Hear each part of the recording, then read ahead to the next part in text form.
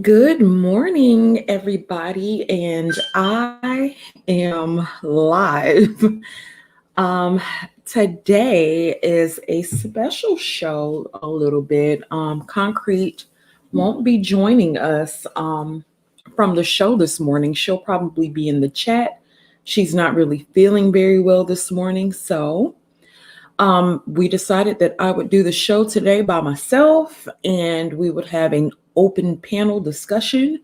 So I'll probably be dropping the link fairly soon. But today's show is about what constitutes a good woman. And we just kind of wanted to know, like, what do Black men think a good Black woman are? Oh, excuse me, what a good Black woman is. Are they looking for superwoman? What makes a Black woman good? Um, she's kind, she's loving, she's loyal, she's respectful, um, she's everything that you want a woman to be. And I guess I gotta turn my phone down because they are blowing my phone up. But yeah, we wanted to know, like, what constitutes a good Black woman. Does she put up with your shit? Does she coddle you? Because it's like when I hear men talk about a good Black woman, and what would make her a good Black woman. A lot of men kind of talk about how women have kind of abandoned their vows and did what they wanted to do. So I thought that would be a very interesting conversation. So I wanted to know what makes a Black woman good. Okay, let me speak to y'all in the chat. What's up, Andre Bishop? Concrete. I hope you're feeling better, honey. Hey, Dane. Hey, Naima. Hey, David Monroe. How y'all doing? How y'all feeling? But what do you guys think makes a good Black woman? Yeah, and I got Curlin sitting here with me. So what's good? I'm just sitting here shooting this shit and wanted to know, what do you guys think makes a good Black woman? Yeah, what makes a good Black woman to you guys? Hey, Janelle Santos, so what makes a good Black woman to you? Are you a good Black woman? Yo, Janelle, you gotta hop up here and talk to us. Honey, Janelle ain't gonna do nothing. Hey, Ayo Tall Thing, what's up, Ricardo Rodney? How y'all feeling? What do you guys think makes a good Black woman? So let's give off some traits of toxic Black women. Oh, so Andre Bishop says she's submissive. What if she's only like somebody gonna say a white woman? David, ain't nobody gonna say that but you.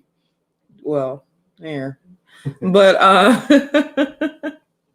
a woman with qualities, says CJ Moore. Like, let's see, what's some toxic traits of women that wouldn't make her good? She doesn't know how to carry herself. She doesn't know how to behave in public. She doesn't act ladylike, you know.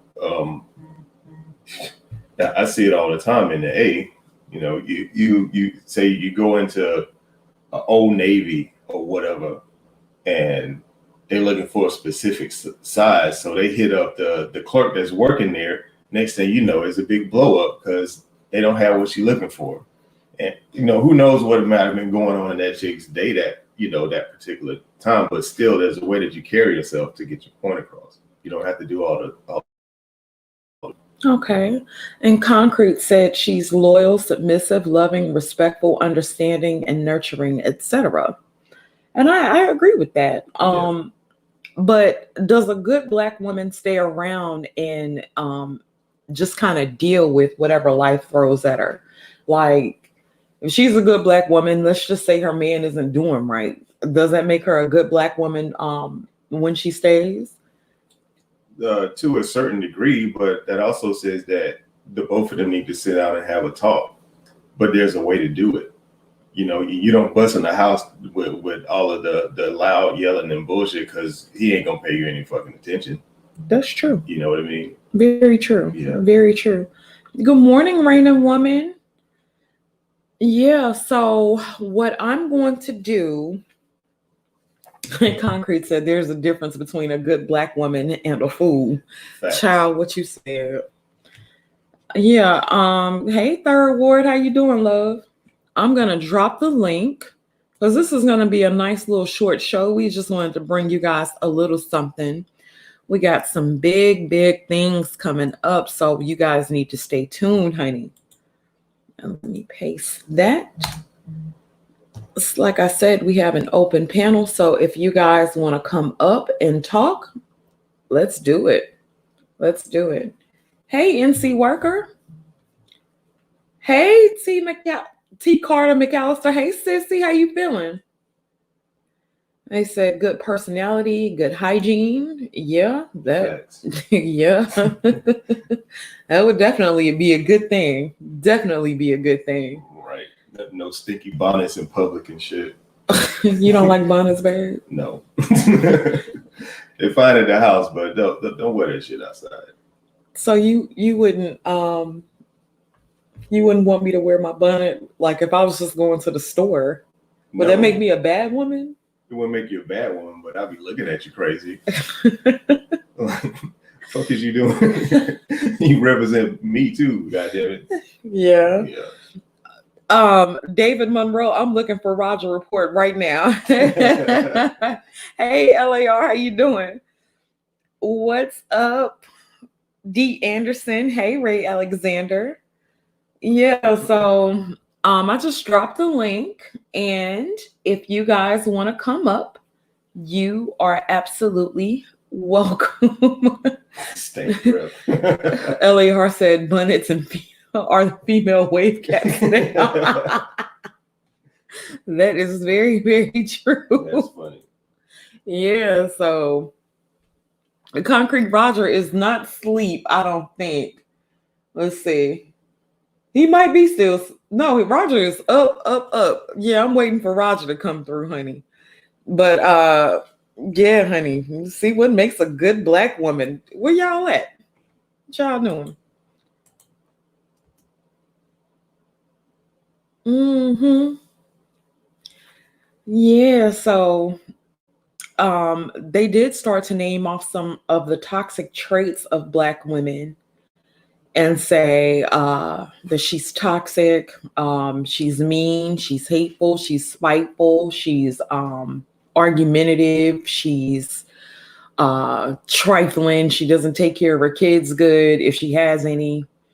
What else?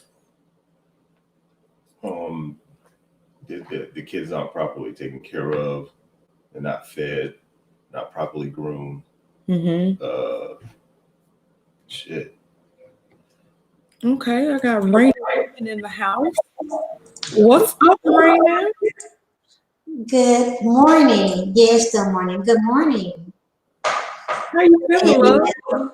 I'm blessed and I'm grateful. How are you? I am doing absolutely fantastic. I think this is your first time being on the show. Yes, it is. Peace, Carolyn. Hey, how you doing? Well, welcome, love. This is a very interesting topic that you have here. Yeah, we thought it would be a good thing to talk about. Hey, Concrete isn't feeling so good, but she'll be better by Wednesday. We got some shit coming for y'all. So Well, I'm interested in hearing what some of the men have to say, because some of the things that I am reading right now in the chat room, to me, are not things that constitute a good black woman or a good woman in general. Hold on a second.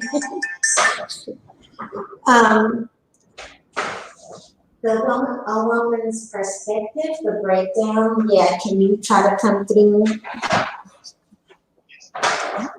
Good morning. They're actually happening right now.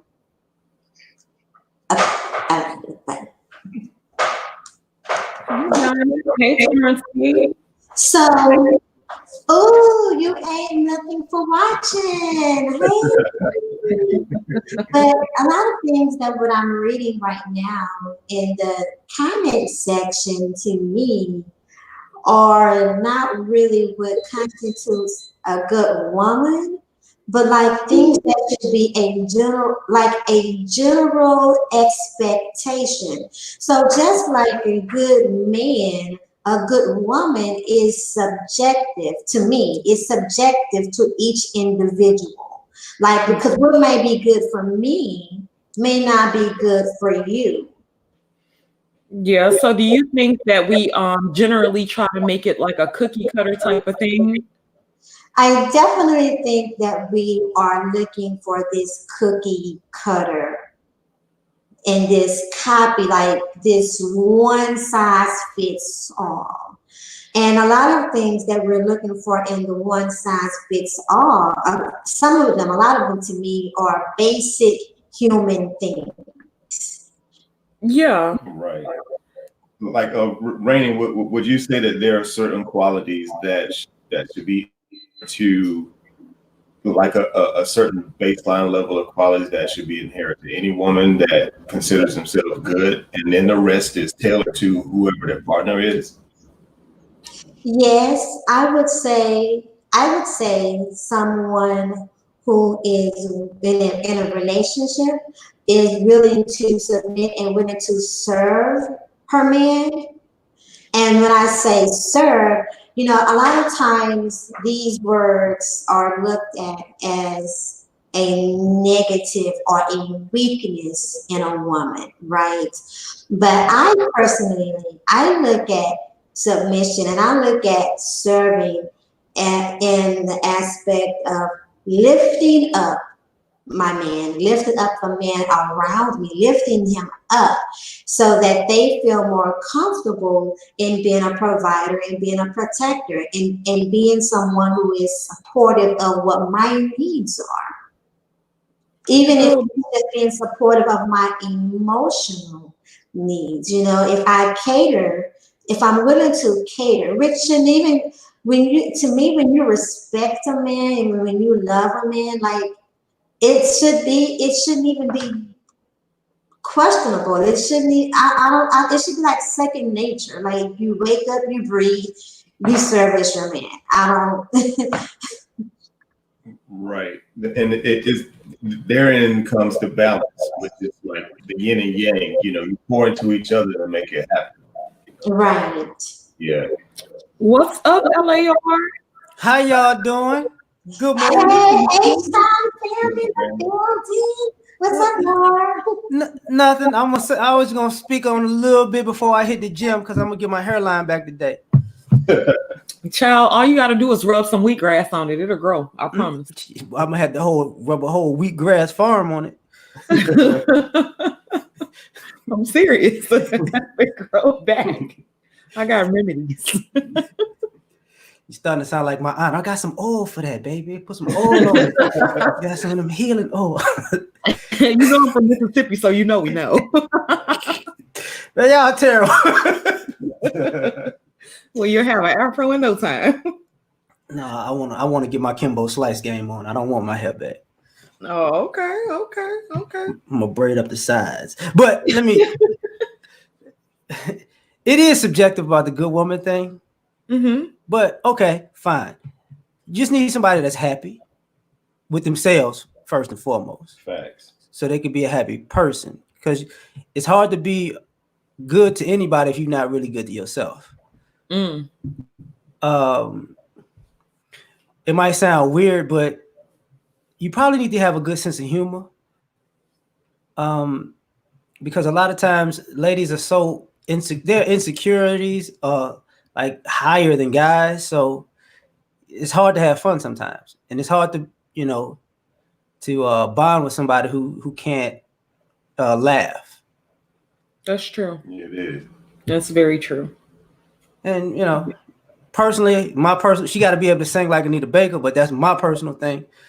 So you want her to sing lullabies while you go to sleep and stuff? No, she got to sing like Anita Baker. She got to just like her, Good luck, bro.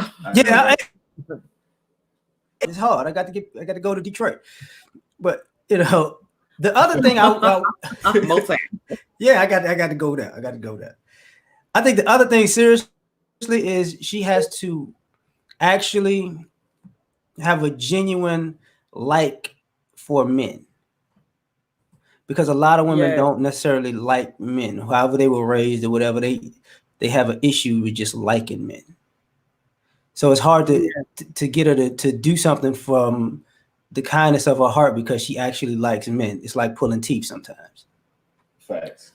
So in your experience, LAR, because let me welcome Donnie to the show. Hey, my habitual line stepping brother.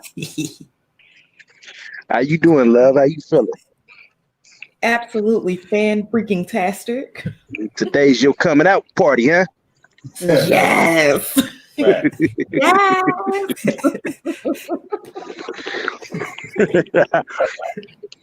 Hey, Donnie. Hey, Raining Woman, how you doing, love?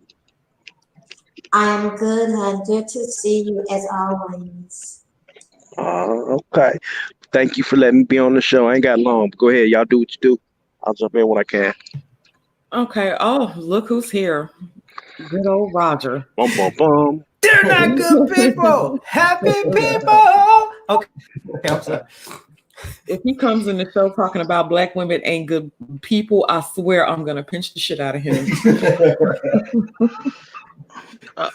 First of all,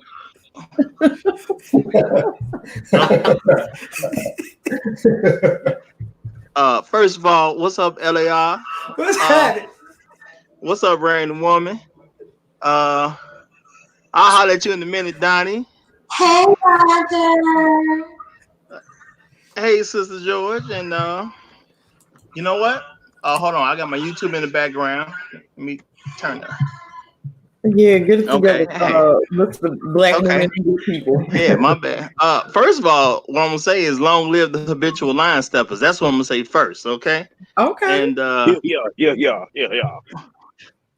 okay, and black women, there's a few that's good people that we really should we should honor and put them on that proverbial pedestal. I'm gonna say that now. Ha ha ha. That's what I'm saying. There's certain black women we should be honoring and keeping them on that proverbial pedestal. Simple as that. Now, Okay. Continue. So, I'll see you later in the show. I swear I'm pinch you. Oh gosh, Dane said, you showed up like Candyman. Who said his name 5 times? It was me. It was me. So, Roger, what do you think makes a good black woman? Yeah. Well, I'm sorry. Say that one more time, please. I'm sorry. See.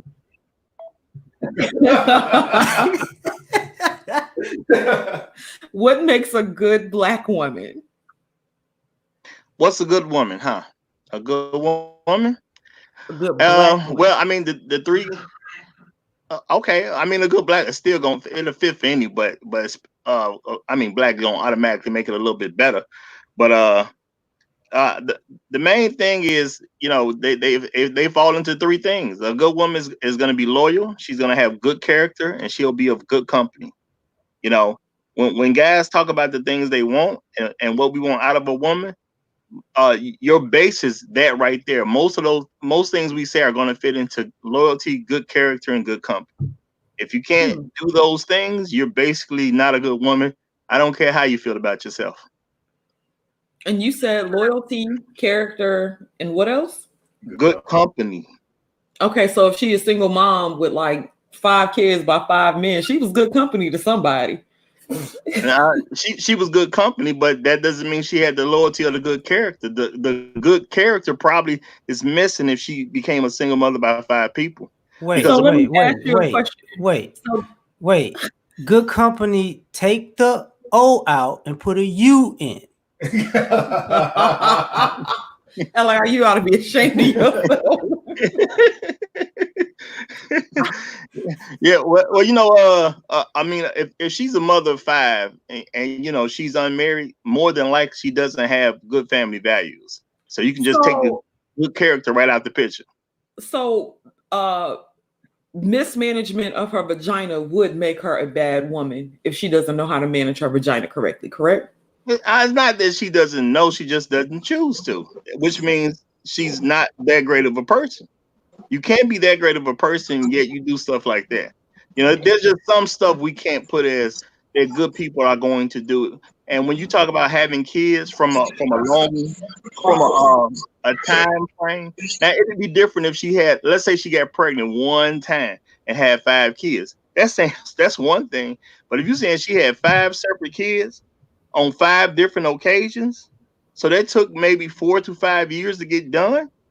Come on now, that's a huge character flaw, and it's a red flag no matter how you want to view it. That's a huge red flag. She's just not a good person. Okay. What if she got 2 by 2? I mean, even again, honestly, if she has Not making it better. 2 different baby daddies, you know what I'm saying? She ain't never been married. Honestly, that woman's not worth the conversation, in my opinion. Oh, That's too much for me too, though. so if I had another baby by another, you wouldn't. Oh my You got to God. be married. Touche. Touche. So Nani, what makes a good Black woman to you? One that swallows. Oh my God. Oh my God. I'm gonna put them off. Nah, being, I agree with Roger, but to expand on it, I want a woman who's legacy minded, who is able to compliment me in whatever I do. If I'm lacking something, she's able to pick up the pieces where I may fall behind. And of course, loyalty. Those are 3 traits I can't beat. Now, in addition to that, we can work. May I please? May I So, get back on what Donna said? Rainen, were you trying to say something? You know what? Yes. I'll be right back, y'all. I said, may I please piggyback on what Donnie said? Oh, no problem, Laura. I just seen your comment in the chat. Yeah, go ahead. Go ahead. So when Donnie says a woman who can, and forgive me if I don't get it verbatim, but so I paraphrase. When Donnie says someone who is able to assist him in the things that he's doing, and pretty much get on his program, to me, not to negate what he said, but to me, that goes back to an expectation. Like that should be a bare minimum. So to me, it's not the ability, it is the willingness. The ability is the willingness to me that will separate it and make her a good Black woman. Her willingness. Because you can be able, I mean, I can be able to, go to the moon, but if I'm not willing to go to the moon, it's something different. It means nothing. My ability means nothing without my willingness. So let me ask you guys on the panel a question, right? So do you feel like we put enough focus on the good Black women, or do we ignore the good Black women to focus on what's not good? Do y'all feel that we do that enough? Like, do we focus on good Black women enough, or do we focus on the ratchets and the derelicts of society too much? It's been a hot girl summer all winter. Specs. So yeah, Black women who of good character and good quality, in my opinion, are ignored, pushed out the way, and hoe is life. Yeah, that's true. What does everybody else on the panel think? Can you hear me? Yeah, I can hear. Yes, they're focused on the more. Bad sisters are focused on more, but unfortunately, that model of being a woman is actually our standard for Black women and Black women's standard for Black women. So we can't, when guys say it's bad, it's like, no, it's not. What we say is a good woman, sisters don't think is a good woman. Like, give me an example of that. Like, what do you mean by that? Being combative is a good woman. Being argumentative is a not needing a man is a good. Like when women talk about being a woman, like that's not being masculine is good because you got to protect yourself. These are things that the Having guys are another like. nigga kids is good. Yeah, like being a user or using these guys because they're no good is being a good woman because you got to get what you can get out of them. Like those things are the overarching theme. So when you see a quote unquote good woman, it's kind of like somebody needs to snatch her up real quick because it's about 5 of them left, and numbers are dwindling. Okay. Right. I always say it's like finding a needle in a stack of needles. Yeah. Well, I'm gonna say that, and my viewpoint is good women aren't really ignored. Now, when it comes to social media, it's hard to say they're ignored because first of all, it's hard to find the good ones in the first place because there's a lot of women who think they're good that just aren't. But when it comes to everyday life, usually when I come across a woman of really good character, most of them are already married. I've rarely come across a good. I mean, I'm not saying you can't find a good woman that isn't married, but a lot of times, they're in a relationship. A lot of them are already fiancés, or a lot of them already got the ring. They already in the marriage. So I'm not gonna say they getting ignored because people are scooping them up. I wish I could find a single good woman in my area that can be scooped up. So when I hear men talk about because I hear men focus on bad women for the majority of the time. Um are there traits that men are willing to wave on? Because like if she's a big girl, does that still make her a good woman? If she does exhibit character traits, she's not a single mother. She has done something with herself. She's not lazy. She's submissive, but she could be a little big. Would that still make her a good woman? Why are So those women overlooked? So the research for our historical research shows that the rise of NWA and the NWA music, you stop seeing girls in lady suits. You stop seeing elegance. You start seeing more ratchets. The NWA music started celebrating how you go to hook up with a ratchet chick on some ratchet nonsense. Everything was about that. And that gave birth to the dudes who wasn't really succeeding, because you got to remember our music is a tell-all, because as people always say, it is the news to what we do. You feel me?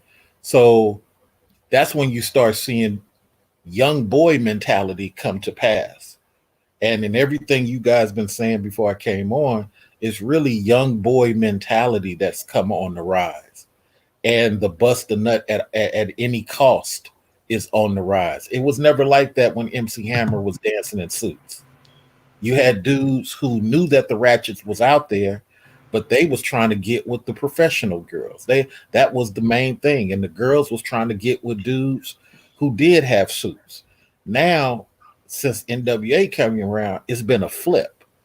See, we had Schoolie D, we had Too Short, but we never had the NWA theory of let's look at the lower bottoms. Even when we saw Uncle Luke, you had women in lady suits dancing and some not.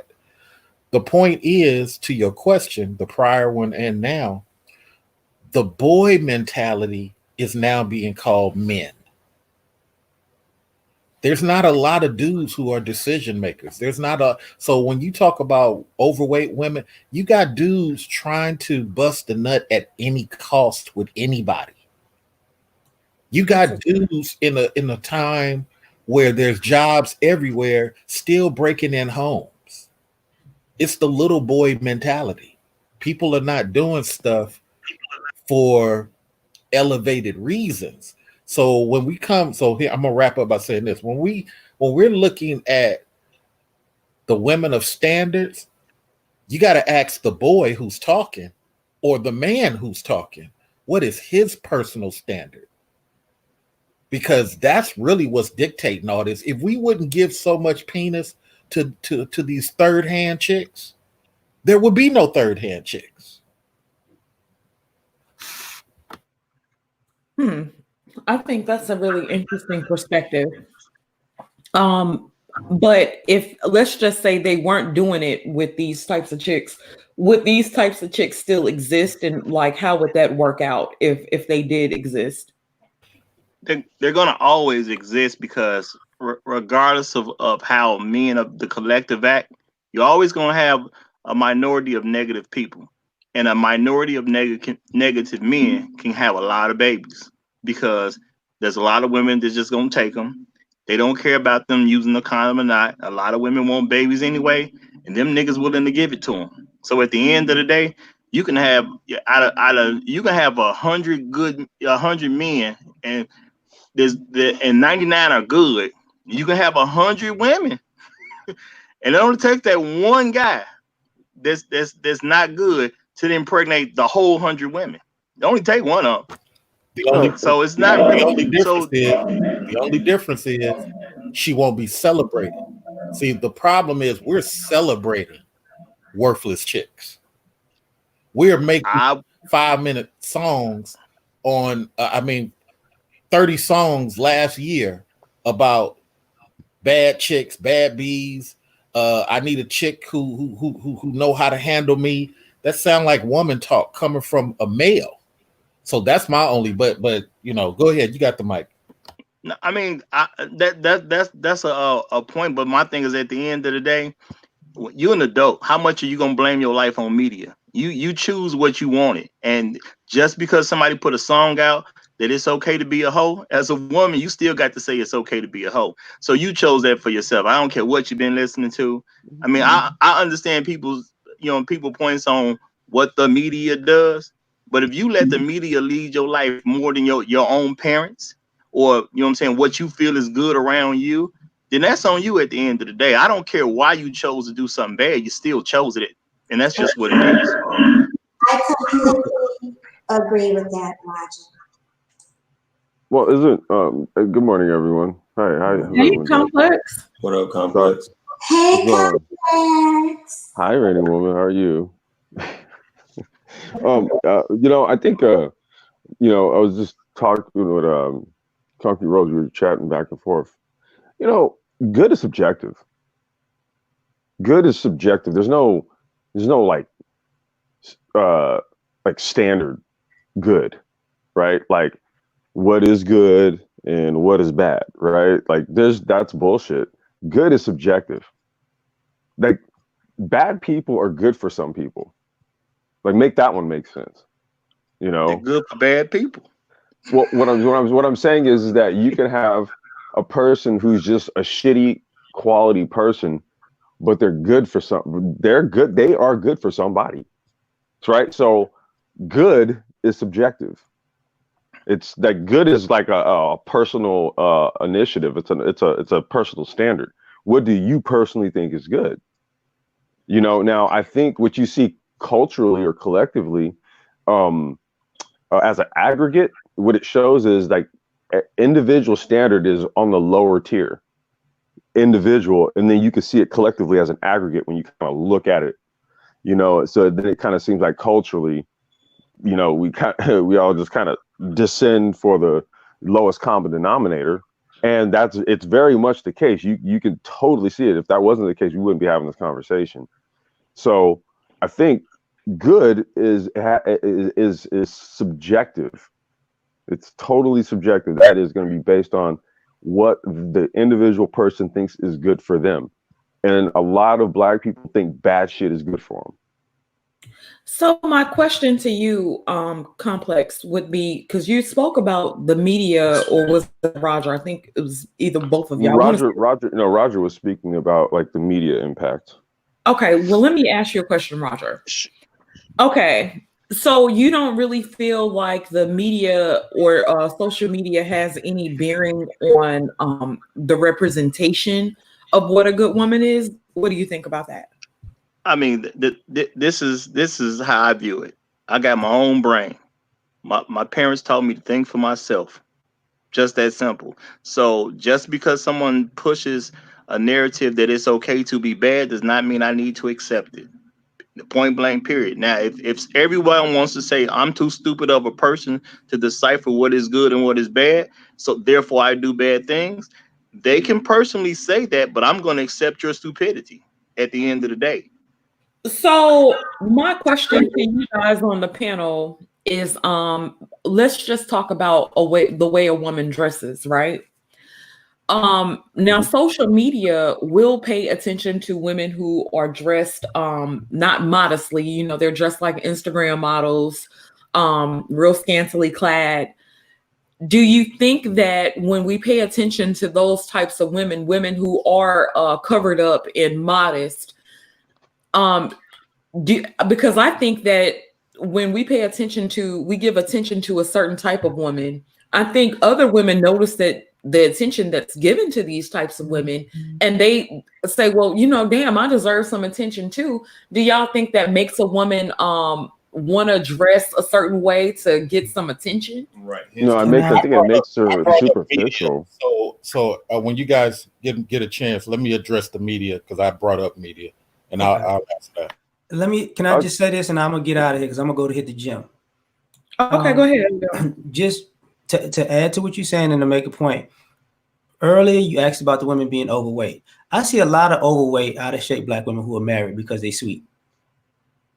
So that weight really isn't an issue. As far as that media thing, the thing is, women are looking at the media to compete in two different markets. If you're competing in the slut market, you're gonna get slut results. If you're competing in the wife market, you're gonna get wife results. So you can't mix the two, though. That's an interesting point. That is facts. Yes, Laura. That is a great way to end before you go to the gym. Yes. Okay. Well, y'all have a good one. And Roger, I'm gonna say it for you. They're just not good people. All right. Peace, y'all. Thank you, sir. Thank you, LA. Okay.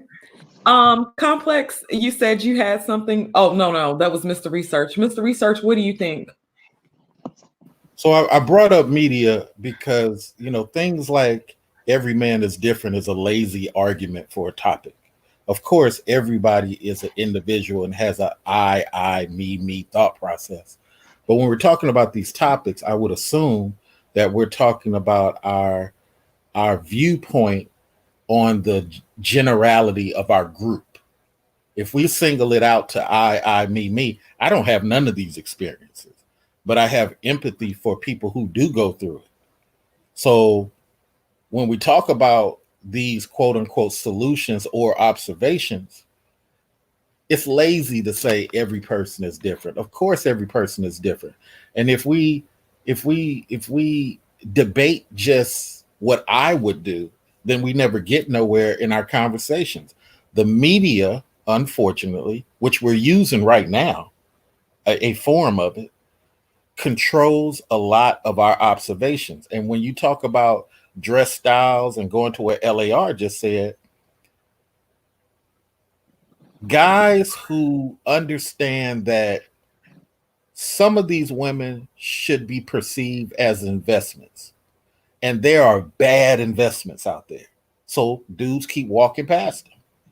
The problem is now you got dudes yelling and screaming at Wall Street stock investments. You got dudes name calling Wall Street stock investments instead of just walking past it. So if you got a woman that's dressing and she's not an investment, if you got a big girl and she's not an investment, then the generality is that's nobody I can move forward with as a topic of teammate. That's nobody I can move forward with. And you have a whole bunch of, I've been around a bunch of celebrities. You got a whole bunch of dudes who women consider attractive with fuddy-duddy looking women. And the reason those women are in their lives because those dudes like coming home to that particular woman. It's not necessarily a look thing. Good is subjective. Yeah, it is subjective. That is true, but that's why I say that if you like when you were saying earlier, Complex, at the end of the day, if you're a bad person, you're going to gravitate toward another person that's bad. That's just Right. how I see it. You know, Like energies attract. yeah. So there's a lot of women who claim they're good, but you can tell by their baby daddies. You can tell by how they Exactly. live their life. You can tell, Yes. you know, the things that they're doing, that they're not good people at the end of the day, because they're attracted to something that's bad. When you go out your way, because I mean, I'm looking at it from a realistic standpoint. Men shoot they shot at women on a regular basis. So all the women got to do is go outside. Somebody gonna shoot their shot.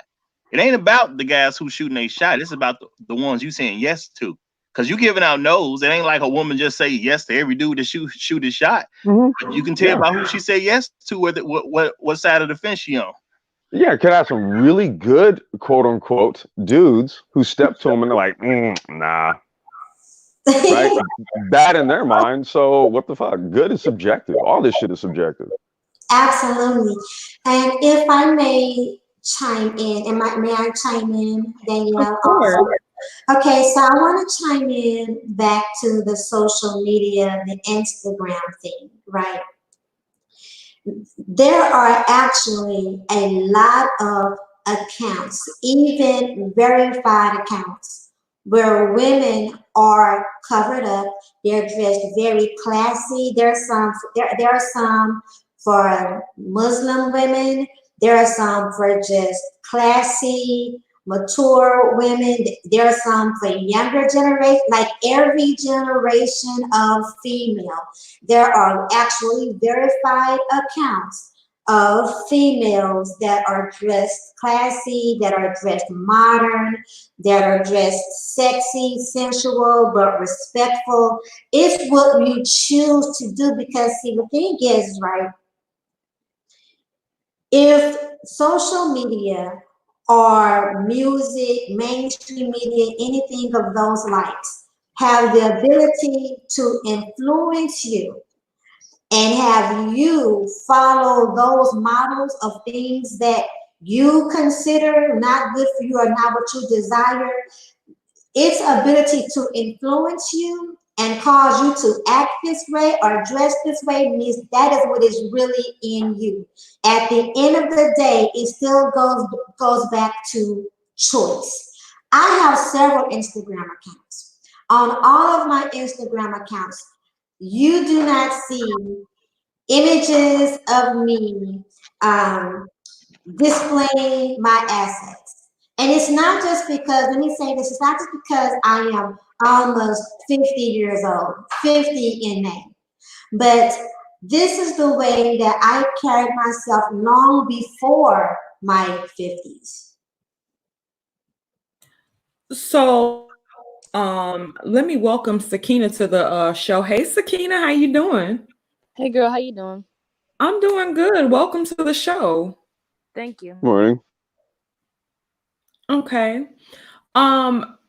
Reigning woman, I think you made a very good point about certain things, like certain traits are kind of embedded in you. Like if you're not with it, then you're really not going to be on anybody else's program or to feel pressured to be like somebody.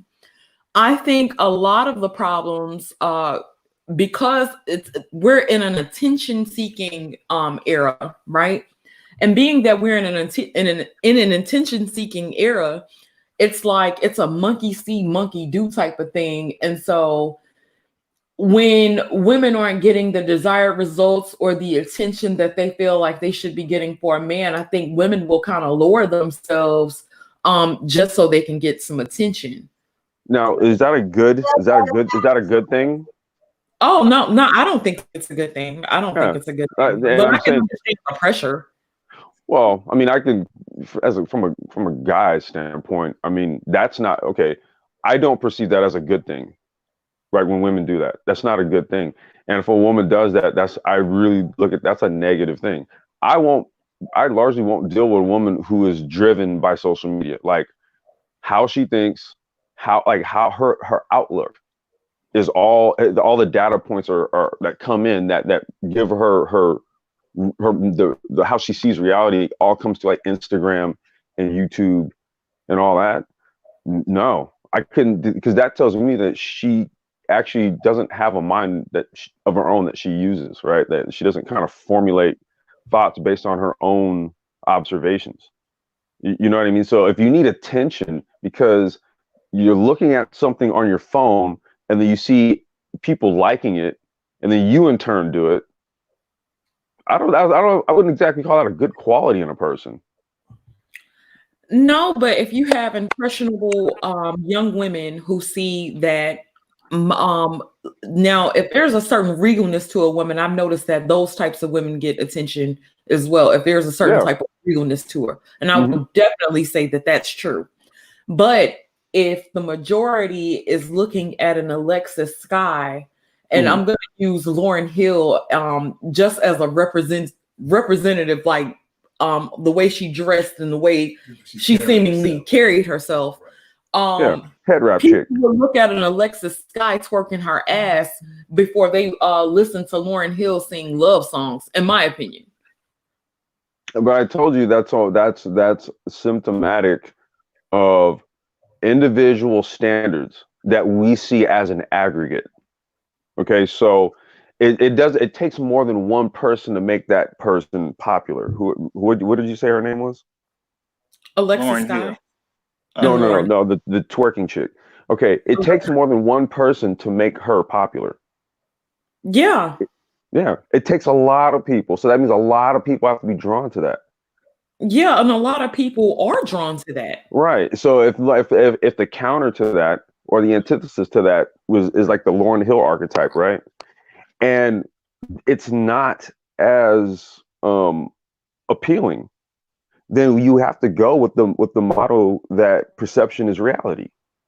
Okay, and in that regard, look, the majority of us we are culturally we're backwards, right? Like, so we think what is good, everyone else thinks is bad. Like we are diametrically opposite to every goddamn thing. So this is why we have to actually have conversations about what is good. We should all have a concept of what is good. Yeah, I'm sorry. I'm sorry. I wanted to say something too. Yeah, go ahead. I'm sorry. So I feel like, especially like in the millennial era, I think a lot of, because I was around, I have coworkers and stuff. So young guys as coworkers, and I heard this guy. He said, Megan Thee Stallion is his ideal chick, right? And I was like, I was kind of taken back by that. I was like, what in the world? And I was like, even, the stuff that she does, he was cool with that. So I think a lot of guys, whether they want to admit it or not, they are cool with that. Well, it's easy access. Those types of chicks they're sexually available, and they make it to speak to what Sister George is talking about, like the dress and the Instagram. These are all various data points when you look at it. Okay. And so it translates to easy access to sex. So a lower tier dude, Mr. Research speaks to these type of men all the time. A lower tier dude is basically just going to go for just that, because at the base level, I mean, what do men and women need from each other to propagate the species? They need sex. So at the base level, he'll take it if it's appealing. Yeah, but I've even seen guys who come from good homes who want to date these chicks. So that's again that good quote unquote good home, that's subjective. Good homes doesn't mean anything, because before you got on the stream, what I was suggesting as an alternative way of thinking is that there's a lot of dudes stuck in boy mentality. There's a lot of older dudes stuck in boy mentality. Only the dudes who are trying to mentally compete with other nationalities for their business, for higher advanced position. These dudes that got a different level of conversation because they're dealing with a different level of thing. These lower level Leroys, which is what I call them, they just want to control some sex. And these lower level Lucretians ain't no better either. They just want a penis they can control. They know where Steve Urkel lives. They know that there's a black architect over there. but she don't want to sit up here and put herself in those positions so her and the architect can have that conversation. Instead, Top Tony is a turn on to her. She'll work with him. He'll be something one day. That other dude, he too boring. He lame. Yeah, well, I've seen that too, but I'm just saying I see a lot of people who say they want this type of woman, but they're not chasing after those women. So I think that's what a lot of people have an issue with. Could they be boy mentality though, and not really men? That's possible. I mean, I'm gonna say this because women do make that argument, but at the end of the day, it's because it's really an argument of I want the easiest way to get attention. These women are getting sexual attention by flaunting themselves. I want that same sexual attention. No, it's an easy way to solve that problem.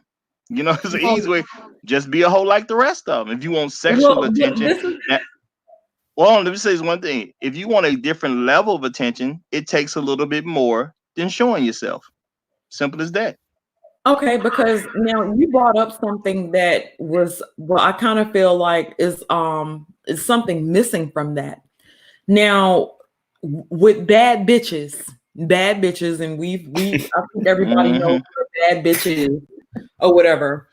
It's not just the attention that a bad bitch gets. It's fun. It's the access to stuff. You have guys tricking off on them. It's the funds. It's the funds. It's the what? It's the funds. It's solely the funds, honestly. A lot of these women are pretty much making income based off of these dudes. Mostly the athletes, the ballers, celebrities, all that. And I see more and more females from right now, from 15 to 21, being influenced and transitioned into that lifestyle. I actually went to school with a couple of girls that's literally in that that lifestyle. So basically, it's another version of getting on the pole, is what you're saying. Mm-hmm. Yeah. So again, if women want unlimited, that sexual dude, it's attention, unlimited, dude. You're gonna see 18 million strippers, but in 5 years. I shit you not. Let's get some strength to this this discussion, Jonathan and Roger, because it's a great point that women really need to hear. You have the right of refusal, don't you? Yes, of course. So therefore, a lot of the complaints of our ladies go on deaf ears when you got every right. Somebody got background going on, but you got every right to go to a black tie event at 18 years old and get around some people that are making moves, who are better quality of men. Not perfect, but better quality. You got every right to be a receptionist and go to the national receptionist gathering and bump into some dude who's a receptionist too in your field. But we don't do that. We go after lower level Leroy and tank top Tony, and then we complain these men. And that's the strength of what Jonathan and Roger are saying. Okay. I got Fitness Mom waiting in the background. Does anybody want to hop down? I want the ladies to stay up, but does anybody want to hop down for a minute while I rotate Fitness Mom in? Okay, even though I just got here, I'll drop down. Okay, but you can stay in the chat, but I wanted to rotate her in to get her point of view. But I want to hear men's comments and opinions about a good woman. So I'll bring you back. No problem. I'll volunteer. All right, thank you so much, Mr. Research.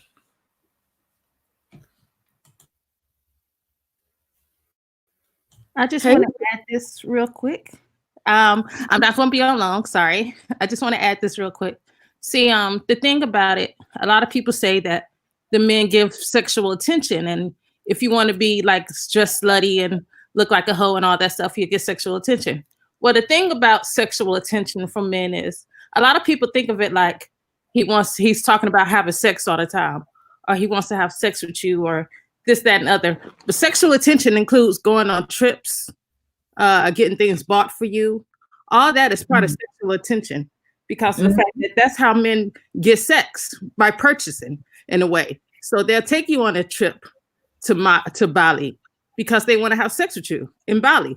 So a lot of the women that's, you see on IG, they're getting attention from men, and that's sexual attention, but perks come with the sexual attention. And that's the thing that a lot of these young women want, is the perks that they see that comes with a man showering you with sexual attention. Exactly. I have to 100% agree with Fitness Mom. And that's basically what I was saying. Because, in high school, they was pretty much getting geared up and recruited into that lifestyle. I know a couple of females that's pretty much traded they soul for a Louis bag, Jimmy Choo's. Well, I've known women that traded in for a lot lower, but at the end of the day, there's benefits to dealing with men, period. The question for that woman personally is this money worth what I'm giving up to get the money? That's because you're going to benefit from whatever type of man you deal with at the end of the day. Exactly. I completely concur with what Roger has just said again, because males will only do that with females that they already feel they can do that with. It still boils down to the female to choose if she is going to do that or not. If you as a female do not have a standard for yourself, you cannot expect to call value on yourself. You cannot expect a male to do that for you, to provide that for you. And the same thing with men. There's nothing that a man can give me, buy for me, take me, that makes me say, you know what? I need to open up my legs to him. I a little bit of time, because of the fact that a man will shower with you gifts, he'll take you on trips and all that. But I mean, the moment you as a woman will start to catch feelings for those things because of the way it makes you feel, the good feelings and all this stuff. And then next thing you know, you open your legs and he's gone, because of the fact that was all strictly sexual attention. It wasn't, none of that had anything to do with him liking you as a person, any kind of emotional investment, just nothing, just all straight sexual attention. And therefore, these women end up going around on the carousel, as a lot of people call it. And everybody's like, oh, look, she's in Bali this week. Or, oh, look, she's in Taiwan that week. And, oh, look, she's here, there, and other. And everybody's like, oh, I wish I had that life. But the whole time, she's alone and lonely. That's absolutely true. That's absolutely true. Well, okay. I would have to say when it comes to that, because that's a good point. Let me throw this out real quick before you go in, John. All right, I'm gonna say this. At the end of the day, that's a good point. But the thing is, you as a woman, you can trade in some monetary thing for the moment, or you can trade in like a lifetime monetary supply from a particular person. Because I'm not gonna say that women can't do it, because I know about women who bounced around in different places and taking on trips and all that. They have sex with this guy this time, and then next couple of months they with this guy, the next time, the next week they with the next guy. Yeah, all of it translates to money at the end of the day, but all that's momentary. There are some women who simply trade their sex for a lifetime commitment. So again, it's gonna come back to, what does that woman actually want? Does she want the moment, or does she want the lifetime? Because men gonna tell you what category they're gonna fall in. It ain't that hard to figure out if a man wants you for a lifetime or if he just wants you for a moment. Go ahead, Jonathan. Jonathan, you there? Yeah, I'm here. But yeah, I was about to say, in my response is, I don't know if it's a weak father that's the blame for this, or poverty, because it's to the point where I see more women being out there. I see literally a spike in escorting services, because the social media thing is like an omnipresence. you can barely avoid it. And I see basically the conditioning happening because, you know, everybody's like, ooh, look at her. Ooh, she clapping. Ooh, matter of fact, she all wet. She got all this lingerie on. How much is it? They hit her DM. 400 an hour? Cool. And it's like that. Do women have the integrity enough to turn down that? Or a dude say, all right, I got 15 for you for the weekend. Can she be able to say no, or is she gonna take it? When you have If women, women on the gram, then I see more see women taking it. I That's the only kind thing I gotta say. I kind of look at it like this, because I feel like a lot of women are in survivor mode, especially if they've come from impoverished conditions. And so when you're in survival mode and you've never seen $1,500 in your hand at one time that was actually yours to spend, or you've never Oh, been hundreds. anywhere outside of your city and you have a man that's offering to fly you to another country. When you've drove a Toyota Corolla, a 93 Corolla for years, and somebody's offering to help you get a big car. And so I think the money does play a big Can't part you of say it. the same thing about the dope game for men? Yeah. Yeah, and you can say it on much lesser levels as well. So one level of sinisterness does not make it justifiable. And respectfully, when ladies like yourself even bring that to the table, you're allowing the get the bag mentality. I know you don't intend to do that, but No, if I did that with the guy, said, man, you ain't never had 1,500. So what if you sit up here and sell this crack? You know? no.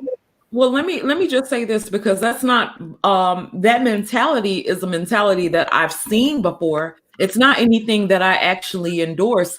It's just saying, like, when a woman is in survivor mode, she's willing to do pretty much anything. Anytime you have a woman going over to Dubai to actually have feces put on her, it's just a whole nother level of what a woman will do to survive. And if she's pretty enough and she can get by on her looks. But I'm trying to suggest to you, for the mere fact that you phrase it that way, even though it may not be your initial intention to support it, you give it justification. And see, this is some of the complaints that the guys have as a collective. And I'm talking that I don't think me identifying a behavior or what women do is me actually justifying a situation, because like I said, if you have a woman that's not used to anything and she's being offered money, what these women will do is try to stay as pretty as they can so they can continuously receive these offers. But it's not an endorsement or a thing for them to gain any traction from it. It's just an observation of things that I've observed. No, I understand. So let me use it this way. Someone just heard a different person say that exact same thing. You know what, girl? She right. It's okay that I sit up here. I started not to do it, but after listening to her, the Miss Lulu, I kind of understand. Yeah, they got to understand. I'm trying to survive out here. It's the same thing that's irresponsible when we dudes do it. And the young dude hears us, man, you got to understand, homeboy was going through some things, man. And, you know, he had to sit up here and do what he did. You know, we don't intend as guys, and I'm going to take it off for you, George. We as guys don't intend to influence some of these dudes in the wrong way. But we do actually accidentally do it in that same regard when we make things seem justifiable to the people listening. It's not our intention to do that to the dudes, but this is why Manosphere went from being a peaceful discussion amongst men into, I want to see these chicks hurt, cry, and beg me for this penis. It done turned into that because we would make statements that the average listener would interpret it incorrectly, and then it would cause what we had. I've been around here since '07. It was never like this. So this is why I'm able to say those type of things. Some people perceive stuff differently when we say it, but I'll share the mic. Well, let me say this real quick. The issue is not survival mode. We are in a society that's very well built. There is nothing about survival, and when it comes to a woman, there's so many things that a woman can go to get survival. She can get survival by a man, because no woman really has to work, because there's a man willing to take care of her for the rest of her life. The government will give her stuff, and there's shelters and all that type of, so survival ain't even in question. She gonna survive regardless of the situation. The thing is that women want they want the income to spend however they want, and they just don't want to work for it. And the best way to get income for a woman without really working for it is to do sexual things and gain sexual attention, so you can find a man that's willing to give you enough for you to feel okay. But see, when it comes to the Instagram models and all that type of stuff, I'm not gonna say they don't exist, but at the end of the day, those are rare cases, because when it comes to the mass majority of women, most of them ain't gonna make the type of money they want to make just from being on Instagram, period. So women are doing this stuff at a lesser level, because there's women who going on dates and they're not interested in the guy. There's women who need their phone bill paid and they're not interested in the guy. You know what I'm saying? So all this stuff is happening on many different levels. So truth be told, if women don't want to work, they'll use they'll use sex as bait to get what they want out of a man, because they don't have the moral code to be with one man. Just that simple at the end of the day. Let me clarify survival mode. What is survival? Let me clarify that. Okay. It's not a factor that a woman can't go, and I'm talking about Instagram models and women who would actually fly to Dubai to be shitted on. Let me just clarify this. It's not that she a job working at Chili's or McDonald's or whatever. And you guys do bring about a good point. And she can actually work for her money, and she can work and do things the right way. 2 jobs. But if she doesn't really care about her sexual value, if she doesn't care about her sexual value, and she understands that if she goes and fuck this guy for 45 minutes and she can get $1,500, plus he's gonna take her and buy her things, then I think that in her mind, I think that's survival mode for her. That wasn't survival mode. That was an opportunity. That was an opportunity. Survivor mode. I think that really needs to be explored, because what might be survivor mode for us might be something different to somebody. No, let's not reduce what survival mode actually is. Please don't do that. Finish my point. My point is, if a woman is not used to anything and has never had anything, and it's quick and easy money, and it's the same way for a dope boy, he can get out and work and make $10 an hour. But if you have somebody who's willing to give you $1,500 for a weekend, it's not very encouraging. And society doesn't make it very encouraging for us to get out and work. Let me finish my point, and then I'm gonna let you talk. It doesn't make a very good. It's not seen as a good thing for people to actually go to work and earn a living. The way society has it set up now, people will see easy money, and knowing that they can get easy money and do whatever it is they do. 9 times out of 10, now people know, but a lot of people won't call the hoes out and say, "Oh, well, she fucked me for $400 this week," or whatever. A lot of people won't call that out, but a woman will do. If a person can get easy money, and it's easy money versus working hard, yeah, people will actually take. A lot of women have actually taken the easy money. Right. Okay, so that is a hoe. It does, no matter how you slice the pie, it doesn't matter the flavor of the pie. It is still a hoe. A hoe by oh yeah, that's definitely a hoe. But it's not survival. No, what's important is that's not survivor mode. Survivor mode is me dropping your ass off in the middle of the Amazon and say, good luck. And you get out in the goddamn Amazon with anacondas and panthers and all kind of animals and shit in a place that you're Oh, completely unfamiliar with. Is that your only scale of survival mode? No. What I'm saying is that is survival mode. That is survival mode. What you're talking about is an opportunity. That's an opportunity. Okay, that's not survival mode. Because you just displayed that there were options. See, in the Amazon, your ass doesn't have an option. You're gonna find something to eat. You're gonna pick some goddamn leaves or something, or you're gonna go kill something. You're gonna rub some sticks together. You're gonna make a fire. You're gonna build a hut. That's survival mode, dude. The difference between working 2 jobs and taking off to Dubai for a weekend to go fuck a guy for $1,500 and get shitted on by a camel, that's a choice. And hopefully this is the opportunity, Sister George, to like hear this different way of thinking on this.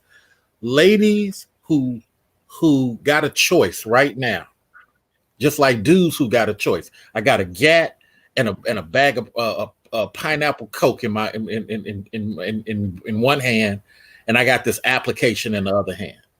If I were to say, but dude, you know, you in survival mode, man, it's, you know, you can have 1,500 and get this car, but he can get the same thing through the application. And if I sit up here and say to him, and hopefully you got to understand, this is one of the reasons why the dudes in the manosphere be trying to get the 20% of women like yourself to understand that sometimes when y'all say things, you guys are champion what the 80% are doing without realizing it. And you keep putting things on me that it's not on me, because I think I've explained it.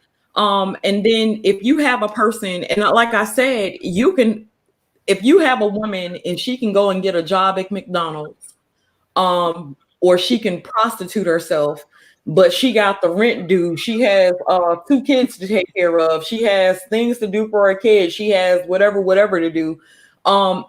The money from McDonald's may not be coming in fast enough. So I'm not glorifying that lifestyle, and I am definitely saying a hoe is a hoe is a hoe.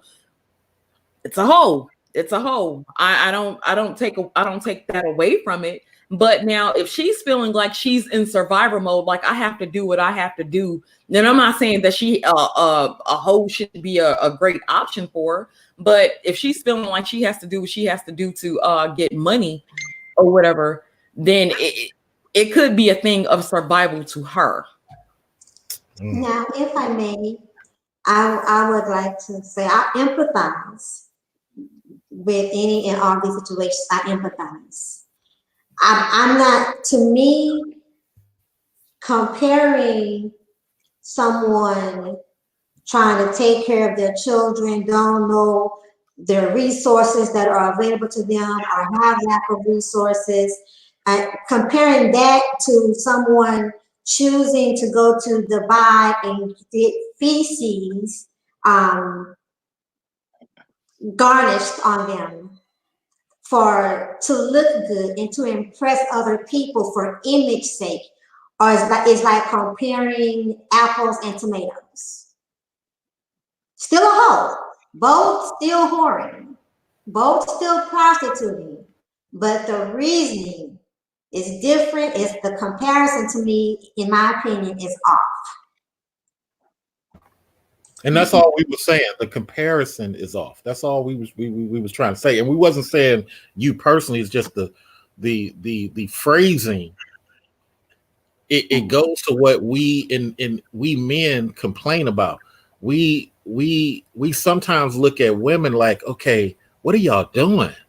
But now then you have the 20% complaining about it on one hand, but 80% endorsing it on the other. How does that work? That's my point. Well, the thing is not when like you say, that if the 20% is I mean the 80%, you got to look at who the 80% is. Yes, women do encourage bad behavior, because in the black community, in the black community, women generally are good people. Encourage bad behavior. That's right. That is true. That can't even be disputed, Sister George. Yeah. Now, and when it comes to men, if you have women, and let's just say, going back to my analogy about Alexa Sky and Lauryn Hill, it's not mostly women that follow Alexa Sky. It's mostly men that follow these types. But look at, we were just talking about Megan Thee Stallion, Nicki Minaj. What's the other chick's name? Okay, the Atlanta Housewives. That's all slut behavior, and women encourage that. They actually help promote that stuff. Even back when Snoop Dogg was actually calling women bitches and hoes. Guess who's buying most of his music? And the boys y'all call men are actually boy mentality. Most of the dudes who are mature doing stuff, they don't even pay attention to these chicks. Well, even most of the boys don't pay attention to these chicks. Okay. I mean, you're gonna have, and all men will actually look on Instagram and do whatever they do, right? But the thing is that encouraging this behavior is actually what Black women are actually doing. They're actually co-signing this stuff. But I want to talk about survival as far as prostitution. You know that it's coming, because I said that this was coming. Why you know it's coming? Because why are the governments trying to decriminalize prostitution? Because they know they don't have jobs for these women. Yeah, you got to legalize it. You got to legalize it, because they know that in the coming environment, they don't have jobs. They're going to cut off welfare. They're going to cut out access to survival, because you got to remember, survival is what? Food, clothing, and shelter. Shelter. Right. And what is the biggest problem especially in California, especially shelter. Shelter. Okay. There's a lot of homeless people dying. And if this virus that they're, talking about gets a hold into the homeless population, it's going to explode. And the public health angle on it, BGS. The homeless thing is a public health issue. It's an issue. What I'm saying is, then that's survival, because the homeless are dying at a rate they haven't seen. So that's actually survival. Okay. So if the structure, if the safety net, because whatever United States decided they're going to do with their money, if the safety net is getting cut and the economy is getting cut, where they can't hire these people, especially when complex, if they automate, man, these jobs are going away. It's happening, but that's the thing, just all of this, what we talk about, it's actually happening. It's happening. It's like a slow crawl, like in real time. And they're forcing people, especially women that are never prepared for an environment like this, to go into survival mode. Okay. It's if you drop a person from the Amazon into the Amazon that's home, right? If you drop a person that's never been in the Amazon to the Amazon, it's a death sentence. Okay. If you drop, if you 100 years ago, where people lived rurally, could grow their own food, they could survive without the government. They could survive without a safety net, because they were taught to. Okay. 100 years later, when you have basically people that have lived in a service sector economy for the last 50 years, you drop them into a place where that services aren't there anymore. That's survival mode, and women are going to do what they need to do. The thing is, are there going to be enough men to actually buy the product? And let me say this too, because I think this is something women need to have an understanding of when it comes to the social media argument, because women make these arguments about what these other women are getting and men giving them attention. They say in America it's about 44 million Black people. Okay. They say it's a little bit more Black women than Black men. Okay. So half of 44 million is 22 million. We know women are a little bit higher. So let's say it's 20 million Black males. There's 18 million Black males, and there's like 24 million females. So okay, so we got 18 million. Yeah. Appreciate that. So we got 18 million that are male. Now, when we look at somebody's social media following, do they got 18 million? So or anything close to 18 million. So when women say, well, these guys are endorsing it, what's the percentage of the men that they actually have following them to say that we're endorsing it? What's that actual percentage? Because I'm pretty sure it's going to be pretty low, because I'm pretty sure when it comes to men, they ain't got close to 18 million. Well, Roger, that's the danger. That's the danger in being swayed by something as fickle as an algorithm. Okay, like how many likes an Instagram or views a picture has is not truly indicative of what men think, and the vice versa, and the same would go in reverse. But it's just the mere fact that our perceptions are largely driven by social media inputs. You know, we're in a very dangerous space. Even the transgender community, right? That's really popular, right? That does this. That's not driven by men. That's also degenerate slut. That's degenerate slut culture also. Yeah. Women are actually promoting that stuff. Okay. That's what I think the main thing. I sure as hell ain't promoting it. The main thing in this conversation is that when we talk about the women or good, or even what the gentleman and Raina woman is saying, our ladies, the 20%, have to take some level of observation that maybe, just maybe, they need to bring great grandmama back, because this isn't working on their side. I made the point that you have women who are not even successful marrying Latin husbands, marrying white husbands. You got women just glorifying women right now. Yeah, I just watched something the other day where a woman was complaining in a feminist way, even though this is slightly off topic, about why white women are not participating with the femininity that they taught to black women. So our women have to start realizing there's a little bamboozle going on here. For the first time ever, you don't have crack cocaine.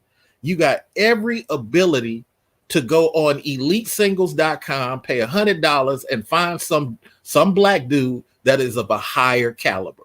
But you don't want to do that because Tank Top Tony just got off the bus and I can control him better. The thing is, Mr. Research, is that they can pay $100 and they can go on there and find a dude of a higher caliber, right? The thing is, can they keep him? That's a whole nother thing. That's the thing. And one, is there enough to go around? And number two, can they keep him?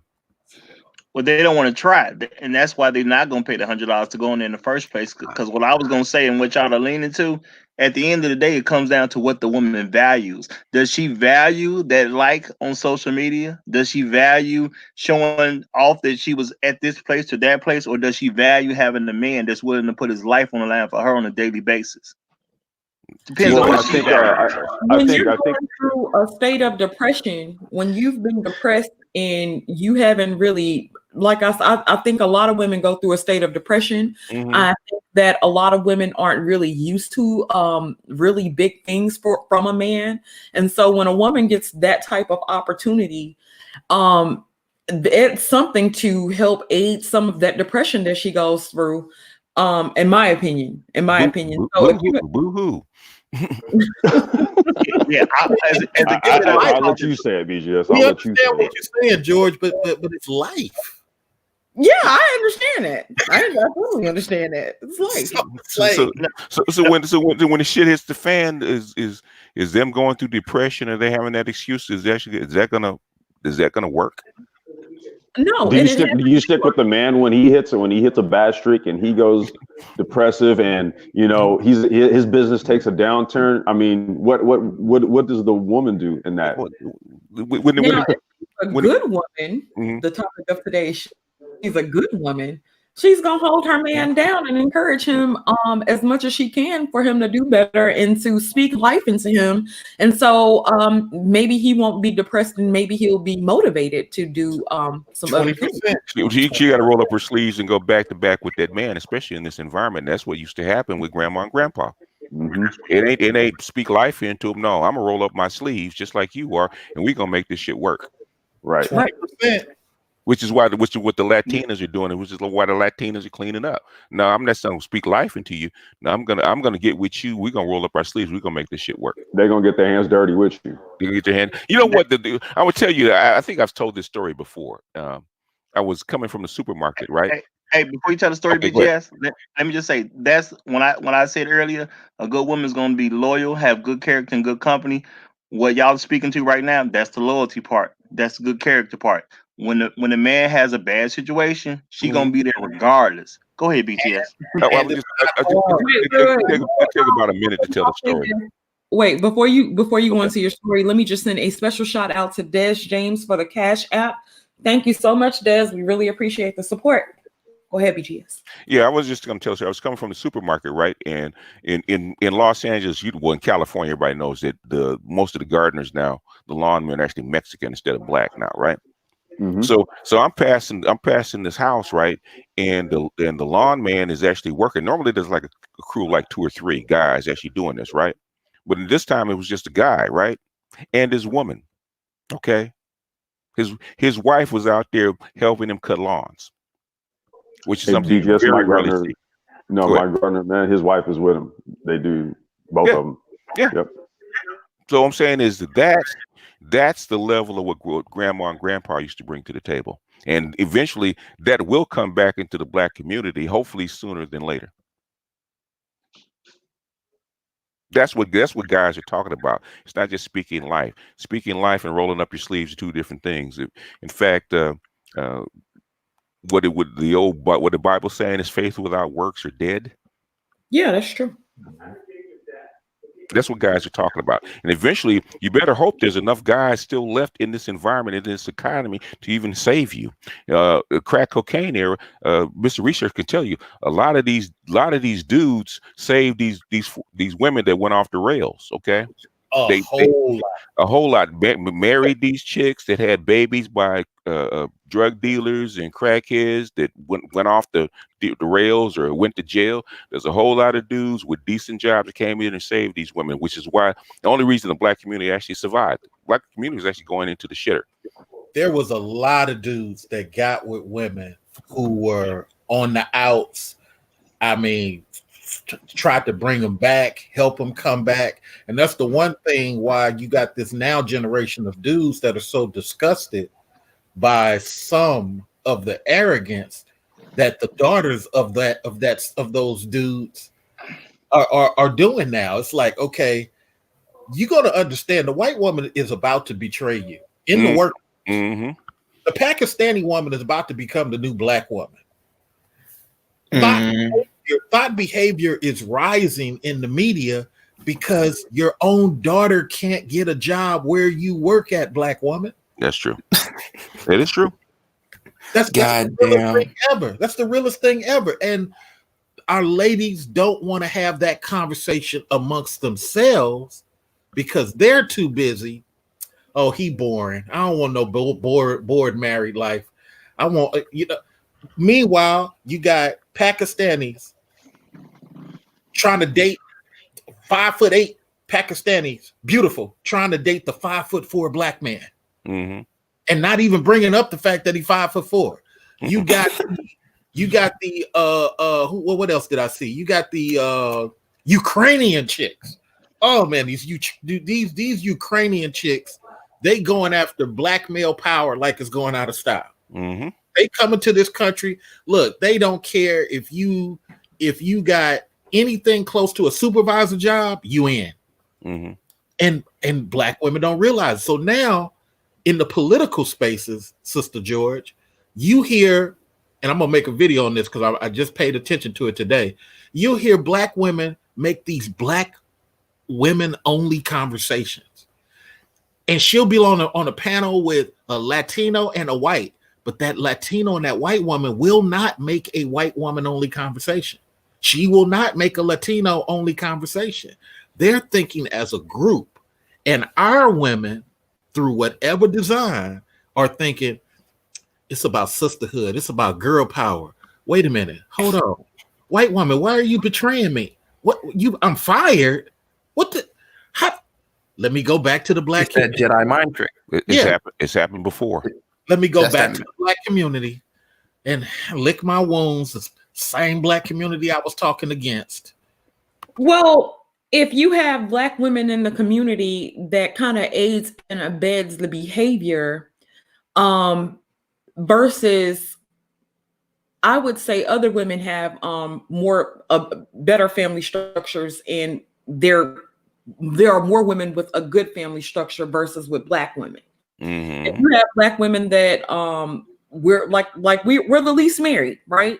Mm-hmm. So women become each other's mates in a certain sense because homegirl is going, you know what, girl, fuck them. Mm-hmm. we need them anyway. I'm glad you said it. Yeah, you said it. We didn't. Yeah, literally and figuratively. Literally and figuratively. Yeah. You said it. We didn't. If you have a woman that will kind of aid and abet the behavior. Like if she's playing a new, you know what? Yeah, girl, fuck that nigga. He need to be played. You saw what he did to such and such, or and may not even know the situation, but a lot of women kind of have that mentality. Sister George, have you ever seen a 40-year-old stud, Sister George? Oh, but no. Okay, I don't say that. I wasn't want to ask her. Okay, I know you guys were just about to say. Have you ever seen a 40-year-old stud? Yes, I have. Headed for retirement. Guess what they're looking. Guess what 40-year-old studs are actually looking for? Please tell me. Men. Dudes. Yep. Exactly. I get hit on by them all the time, yo. I get hit on all the time. I get hit on by them all the time. Because when they're youth, when they're working and they have energy, they're taking care of women, right? They forget that there are women, and until they get 40 and their body can't take it anymore. And their bodies. Would you say there's even like I noticed there's almost like a physiological change where their bodies become more mannish. Well, it does. Testosterone, right? The thing is, the thing is, after about 15 or 20 years of taking care of other women, playing the man role, right? They realize that they're women. And then in retirement is looking them in the face, and they don't have anybody to take care of them, right? Because they're still women. And guess what they start doing? They start trying to make deals with men. Here go the monkey wrench, Sister George. Riddle me this, Batman. I'm putting on my Roger Report hat. Why is it that even lesbians are complaining about the dating habits of their feminine black women? Well, I don't know because I'm not. The world may never know. No. I know. You know. Don't help her out, Roger. Just let it play out. No, but I think you know because I told you the sisterhood. I told you the sisterhood. If you game changer, you be messing up, man. Let you messing up. She's asking her a question. You giving her the answer. Well, but she already said she don't know. Let it play out. Let Mr. Let it play out. Let it play out. Well, I in my honest opinion, why I think it happens is because women kind of see the fucked upness of women, and we probably see it before men do. And so, if I'm a woman, and I think women have, I think women are better at manipulating each other, but we're also better at seeing it with each other. So if God forbid, because I can never see myself doing this. Well, I'm not even going to use myself for an example because it's just not going to happen. But if a woman is dealing with a woman and the woman tries to manipulate the other, that's going to cause some shit because we're able to peep game and we know when a bitch is manipulating us. I wish that was the case. Wish that was the case. That's why same sex. Why is she not succeeding? Huh? The question is, why is she not succeeding with that woman? That's the question. Dude, well, the thing is, same sex, especially like lesbian relationships, have like the highest level of like domestic violence. Because women. I've been saying that for 4 years. It's been like that for 4 years. Men do not beat black women. Black women beat black women. It's now categorized as intimate partner. Mm-hmm. Yeah, that's why they changed it. Yeah. In fact, women actually buy the lie wholesale more than men actually do. So they're the last ones that actually see the fuckery. Mm-hmm. Believe it or not. Believe it or not. I know enough lesbian women to know they're actually the last one to actually see the fuckery because they don't want to believe it. So BGS, have you changed a woman from lesbian to straight? Have I changed a woman from lesbian to straight? You can't change a woman from lesbian to straight. Even the studs, they're trying to hit on you and not trying to change for lesbian to straight. They're actually going into what they call survival mode. It's called logic. Okay, they're willing to cut you better. In fact, the stud will cut you a better deal. Look, you know what? I'm still not straight, but if you take me in and you provide for me, if you need 5 blowjobs a week or whatever you need, I will service you in return for giving me a lifestyle. So they're actually willing to cut you a better deal. They're not going to love you like a woman. But don't let nobody know. But don't let nobody know. Yeah, don't let nobody know. Yeah. Always telling me that. Don't let nobody know. Yeah. Yeah, I mean that they're cutting you a deal like a man would, which was weird to me when I first caught wind of it, like maybe 10, 15 years ago. So what the hell is this? Say, wait a minute, baby, you've been you've been on the other side for like ever since I known you. So why are you stepping to me?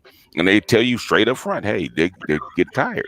They get tired of black women. Yeah, every lesbian that came at me, because I used to date a chick in WNBA. Every chick that came at me that used to call herself an L, I just got to understand that they really bi and they had some messed up relationships. But to BGS's point, lesbians or bi chicks, whatever you want to call them, they come to straight dudes when they see stability that they don't have in their life.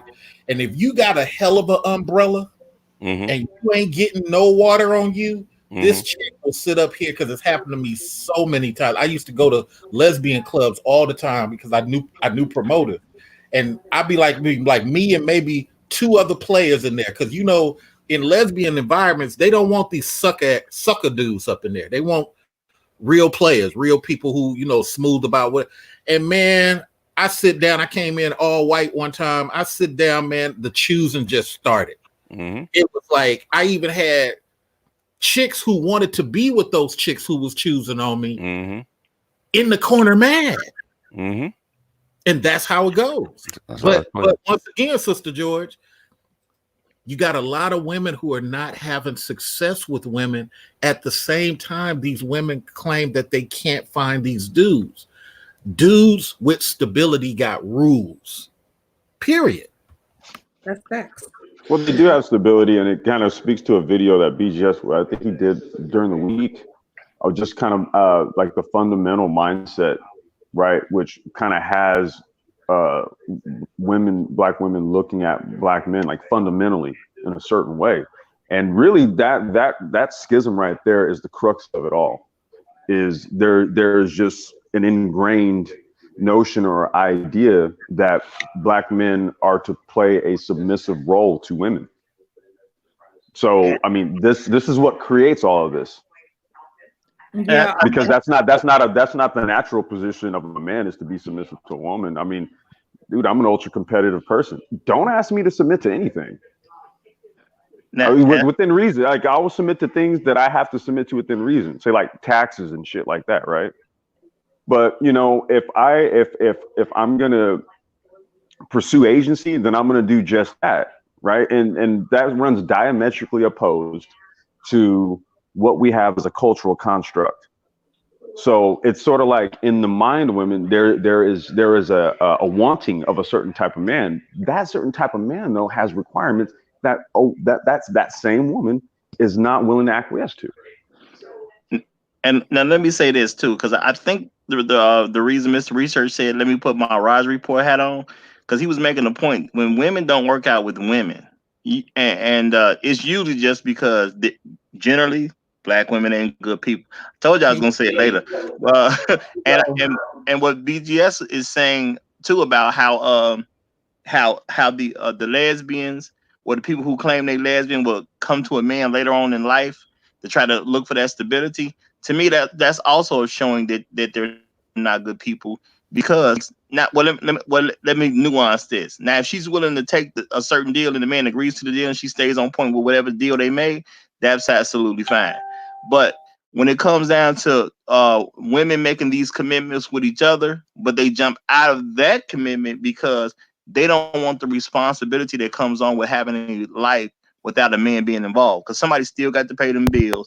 Somebody still got to take care of that house. Somebody still got to make sure that car's straight and everything that goes with running a household. Somebody still got to take that on. And a lot of times, neither of those partners want to take on what men have to take on to maintain a lifestyle. I want to send a special shout out to Maurice November for the Cash App. Thank you so much, Maurice. We really appreciate the support. Okay. We are about a little over an hour and a half in. I want to do final thoughts because we got some stuff to do, which is why we came this morning for the early show. So we're going to wrap up. And I'll start with Mr. Research. What are your final thoughts? when it comes to like these good women, it's I say about 5 years, especially with all the gentrification going on, you're going to see less and less women in the workforce. I'm seeing more and more women work service jobs, FedEx, UPS. I'm seeing less and less women in these offices, and that's state to state. I'm seeing the Filipinos take over the West Coast of the Filipino females. Secondary is the Latinas. I rarely see a black woman in the office anymore anywhere here in Northern California. When I go to Atlanta, I see black people in Atlanta, but right outside of Atlanta, I don't see black females in Alpharetta. I don't see them in Fayetteville. Women are putting themselves in a box that they've been drinking this white woman's Kool-Aid for so long. They really, really believe this white woman is down for her and is going to protect her with womanism. That's not going to happen. And in 5 years, it's going to be so multicultural around here that black women are going to be like, why they don't want me? Because you spent 3 decades making yourself unwanted because you couldn't control these men. You did it to yourself. Dang, that was pretty powerful. Complex, what do you have? Oh, I just wanted to say, good is subjective. Good is subjective. It's I agree with Complex. Yeah, what's good for me may not be good for the next man, and what's good for this woman over here may not be good for her. So I think we have to be very careful about when we say good women and good men. That's very subjective. Good point. Good point. Jonathan Phillips, what do you have? I wish there was like a Batman signal so I can be able to spot the good woman. But in all honesty, good women just have to let themselves be known and have to approach correctly. They're going to have to approach the man first because men don't know who to approach, especially in this Me Too era. But that's one thing I got to say. That's an interesting point. That's a really interesting point. Game changer, what do you have? There's no middle ground anymore. A lot of women want to sit on the fence. They want to be 1 foot in the sisterhood and 1 foot for the brother. There's no middle ground anymore. You got to call these bitches. You got to be staunch. You got to be staunch against the shit. I was watching Empire this weekend because I saved the shit to watch it on the weekend. I was watching Empire because sometimes I gotta explore the things in the world that piss me off, and that's one of them. And I seen it was 3 bitches, and they started their own record label that they branched off from Empire, and they needed a jingle, and a group of men came with one, and they said, do you have any female employees or do you have any female producers? Ain't that a bitch? They are working in the and for the progress of women, not the progress for black people or families or anything. They don't give a fuck about anything but the image of the successful black women. And that is what makes them isolated. That is why the world is against y'all, because y'all are against the world. And nobody will ever call this shit out. This happened Wednesday. Nobody said shit. Nobody said that was sexist or anything like that. And that is the point. As long as y'all maintain this sisterhood, the world is going to be against you. And this is the result of the world being against you. People not wanting to hire you unless they're completely forced to, and people not wanting to fuck you unless there's nobody else better in the world to fuck. That is the situation that y'all dug for yourselves, that your ancestors have dug for you, and you keep perpetuating this shit every time you do not go completely against the sisterhood. The sisterhood is not your friend. It may be your companion when you need company because of the shit that the sisterhood did to you previously. They fucked you up. Nobody else want to fuck with you. And then you say, well, at least the sisterhood will fuck with you. Of course they're the only ones, because they're the ones who fucked you up so much to begin with that they're the only ones that'll fuck with you now. I'm telling you, they're isolated. They're pimping you. That's research. That's what fucking pimps do to people. Isolate them from the rest of civilization, and then be their only comfort, and then get them to sell pussy and shit. That's what they're doing. They're fucking with you. They're pimping with you. Don't deal with them.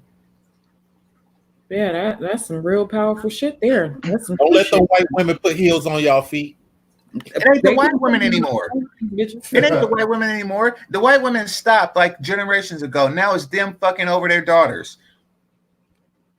Wow. Yeah, I don't see white women I don't see them doing that with y'all, man. This seems to all be internal now. It is internal. That's what I'm saying. You gotta be strong against this. These are not your sisters. These are fucking ratchet bitches that look at your pussy as competition. Don't stop riding the fence on these bitches.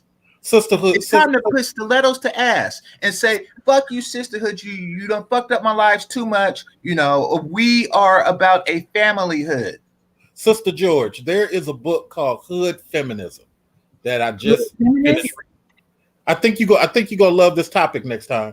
It's about a black woman feeling disgusted that the white women have betrayed feminism and are only supporting their white men, and how the black women are getting confused on the notes that white women gave to black women that white women are no longer supporting. That's a great topic for you to explore. So like they best nigga got left holding the bag, basically. Yeah, they're doing the white woman feminism, but white women are not participating because they was looking how every time a woman comes up for election or hire whatever, white women do not support those women. They support their own men, and Latino women do it too. Black are women aggressively against it. They are aggressively against it. Right. They are aggressively against it. The black women who are against this sisterhood are passively against it at best. You know, they're like, okay, I'm against it, but don't tell nobody. Don't tell nobody. I'm still gonna pretend to be because I know that these that they would vote for me. Bitch, I ain't gonna even run. I got a goddamn vagina and I know my place, and I ain't gonna run against this shit. That's what y'all need to be doing. Goddamn sandwiches. Yeah, they are taking away the very people that you should be giving sandwiches to. Yeah, like real talk, you saw a good example of that during the last election. You know, I've seen a lot of white chicks that would claim that they were down for Hillary, but in the end, guess what? They back their sons, their husbands, their dads, and they voted for Trump. Yep. That's fucked up. Like Kel say, pronounced Spanish, by the way, Kels. But like she says, she's not pretending at all. You know, let them know that you ain't with them. Yep. You know, they are fucking up your lives and devaluing your vagina. How dare these bitches? You gotta be direct against. And I'm not talking about you individually. I'm talking about black women. Y'all gotta be direct against this shit. You know, when y'all see shit like what I seen on Empire, cut that shit short. You know, they are fucking up your universe, and they continue to do it. And I really want you to cut Empire short. I really do. No, We got something else to watch. It's about to be over. I watch things to piss me off to report to you all. All right, let's.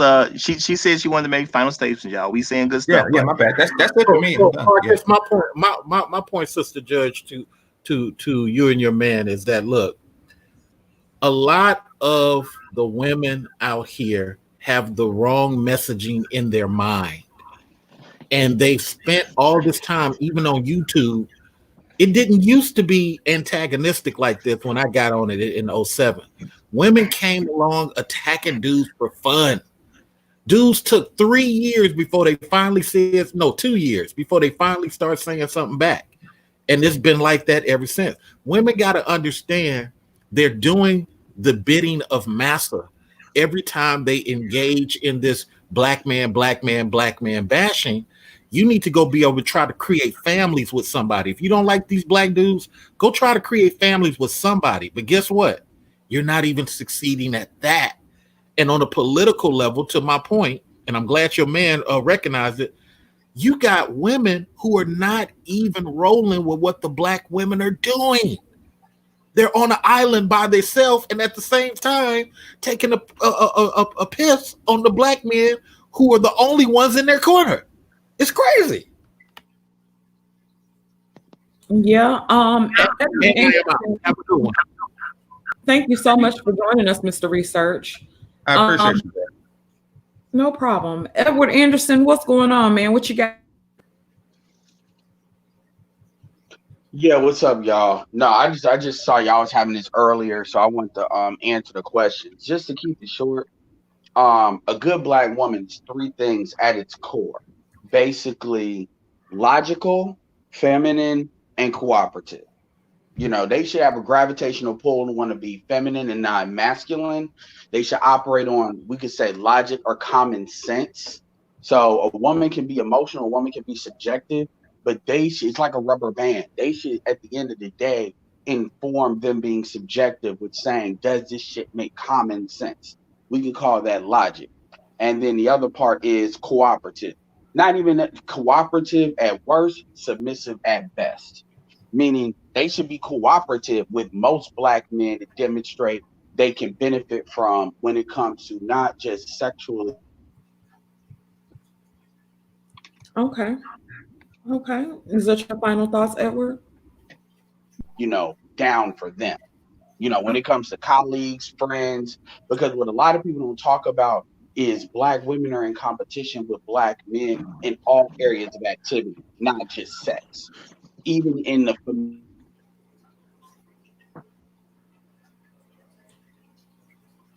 Edward?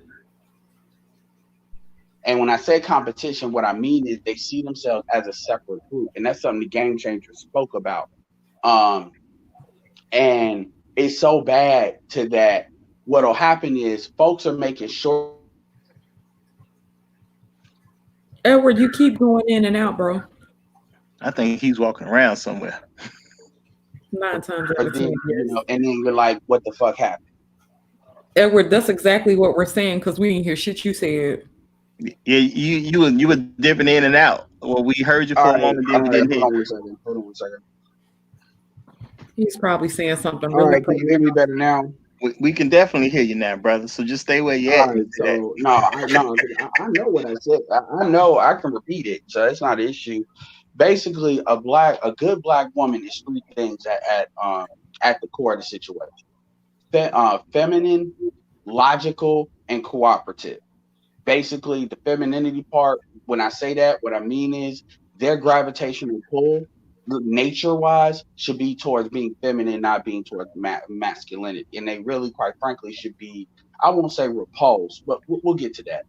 The second thing is logical is basically common sense. I understand a woman is going to be more subjective than objective, but as adults, you still should be your subjectivity should be informed by your objectivity. So basically, women need to be on here with common sense and not basically trying to feel their way through shit. So if something doesn't make logical sense, then they say, well, fuck that, because I feel this way. I'm just gonna feel this way. And then the third thing is cooperative. Being cooperative is important, and I'm not just talking about with your man.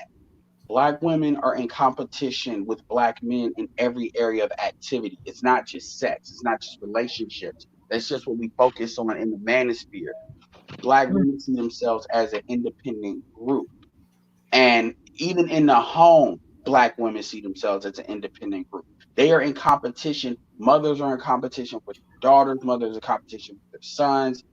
This is why you have this situation. It's kind of like cigarettes, where it feels good to smoke cigarettes, but then you get cancer later on. People are making short-term decisions that have long-term consequences. And I'm talking about even for black women. This is why you have women talking about there's not enough good men, but then people want to forget that most of the black men that are here are basically the result of a black female's mating choice. You know, they chose a nigga they just want to have a baby with and not a nigga that actually be there to raise a kid. So that's pretty much the core three things, in my opinion. And if you get those three things right, everything else builds from that. If you're missing one of those pieces, there's going to be problems. Very good points, Edward. Well, we want to thank everybody for joining the show. Roger, my habitual line stepping brother, what's up? Man, this has been wonderful, wonderful, wonderful.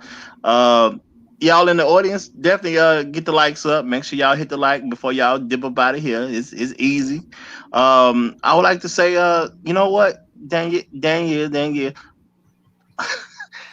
It's great to have you join the Habitual Line Steppers. So for those who do not know, Danielle is now part of the Habitual Line Steppers. We got our first woman, so this is a great growing thing. Danielle has been doing an awesome job of, in my opinion, my viewpoint. You know, she is a woman stepping out, saying, "Hey, maybe the men do have a point. Maybe we as women should listen." And I know she makes some arguments that everyone's not going to be necessarily comfortable with, but we do need arguments made that a large group of women really kind of think. So we need someone to speak on their behalf sometimes, so we can basically take apart those arguments if that's what needs to be done. Or, you know, if they say something that we need to learn from, we need to accept that so we can build a better community. But I'm definitely gonna say, we as men, we definitely have to work with our women to make our community better. So you're gonna have to pick which one you're gonna do. Are you on the let it burn side, or are you on the we trying to help it side? But either way, we as men, we got to start looking out for the women that are better. So we see women that are trying to be better, you know, people who've actually changed. The same way you could say that about men, because, you know, people argue about these bad men. Show me a record of change first, and then I'll accept you change. You saying that you changed don't mean anything to me. I want to see your record of change, and that's what we need to focus on. So Danielle has shown a good enough record that she's now an habitual line stepper. I'm pretty sure she's going to represent us very well, and we are happy to have her on the team. Thank you so much. Hopefully, I will make everybody proud. We got some good things coming down the pipeline, so you guys just stay tuned. Thank you guys so much. Thank you for everybody to join the panel. Thank you to everybody in the chat. Thank you so much for the cash apps. We really appreciate the support. Like I said, you guys stay tuned. We really have some good things coming. And it's gonna be a good ride. So you guys have a great weekend. Be safe. Get out and enjoy some of this good sunshine. Well, it's sunny here, so I'm gonna get out of the house and enjoy some of the sunshine. And it's spring break for here next week. So guys, just have a good time and be careful. Thank you guys so much for joining. And damn, we done did it in under 2 hours. High five, high five, high five. Y'all have a good one. We're out. Oh, one more thing. Join Black Men Being Brutally Honest with my brother Kevin, another habitual line stepper. Kevin, drop your link and we are out. Talk to you guys on Wednesday. Stay tuned. Bye.